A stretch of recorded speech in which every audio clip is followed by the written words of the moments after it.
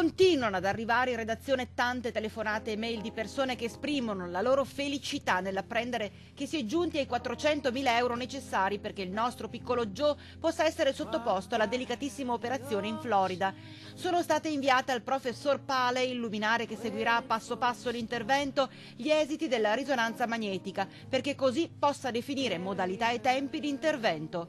Mamma Erika, la coraggiosa mamma Erika, spera che già a giugno si possa partire. Questo è ciò che speriamo tutti, che sperate tutti voi, vedere realizzato il sogno di questa famiglia di Piazzola sul Brenta e non solo. E vedo che è diventato il sogno di tutti, proprio un desiderio di vedere il nostro figlio correre e giocare, di poterlo aspettare anche fuori dall'aeroporto quando torneremo e festeggiare con tutti noi le sue fantastiche corse. Sarà davvero meraviglioso, tutti noi siamo con Joe, lo siamo sempre stati, sin da quel 18 febbraio, quando per la prima volta le reti di Media Nord-Est hanno trasmesso l'appello di Erika.